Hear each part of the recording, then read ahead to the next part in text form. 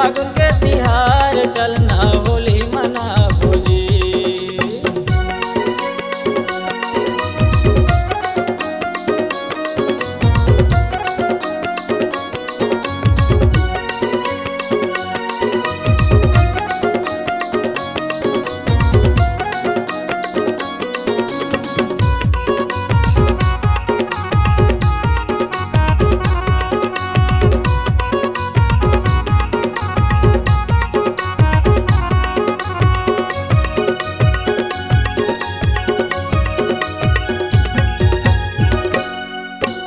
आगे है होली के दिन रे रानी उड़त रंग गुलाल वो तै मोला लगाबे मैं तोला लगाऊं रंग ले बोदनो गालेगा।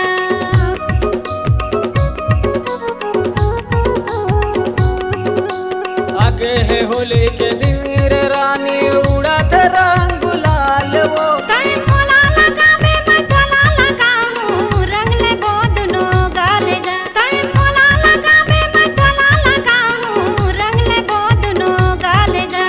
माया पीरित के ये रंगनी माँ, माया पीरित के ये रंगनी माँ हो जाबो सरबो। आगे है फागुन के तिहार चलना होली मना भोजी। आगे है फागुन के तिहार चलना होली मनाबो जी।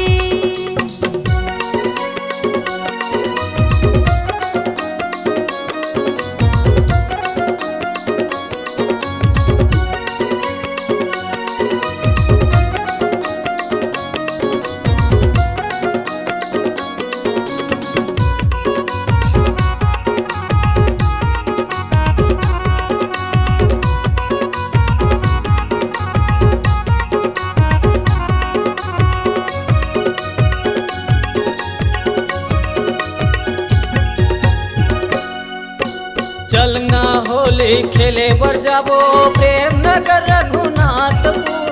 बगल में हवे कुतलिंगा के दारपुर ज्यादा नहीं है दूर गा।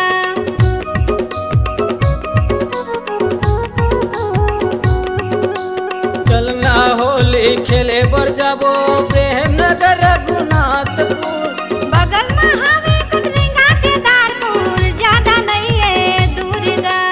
बगल में हवे कुतलिंगा के दारपुर ज्यादा नहीं है दूर गा।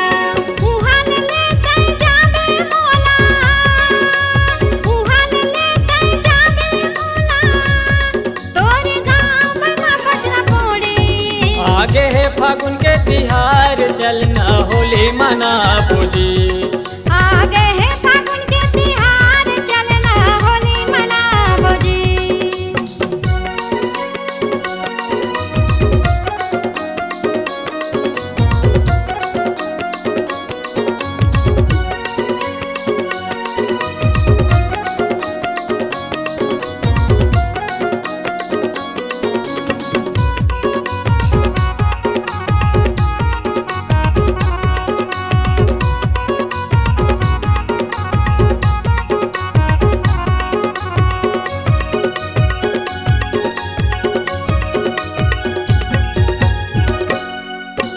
कोरिया ले सर पूजा मरानी हुआ थे बड़ा शोर वो।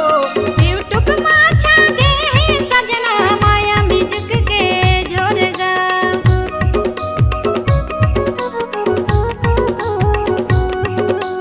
कोरिया ले सर पूजा मरानी हुआ थे बड़ा शोर वो। यूट्यूब माछा गे सजना माया बिजुक के झोरगा। यूट्यूब माछा गे सजना माया बिजुक के झोरगा।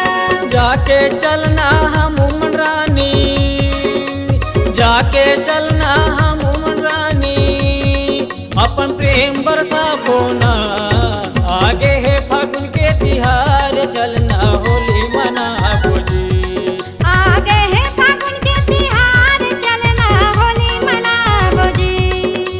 ये वो कविता सुनवो सुनीता, ये वो कविता सुनवो सुनीता चलना होली मना भोजी। आगे है फागुन के तिहार चलना होली मनाबो जी। आगे फागुन के तिहार चलना होली मना भोजी।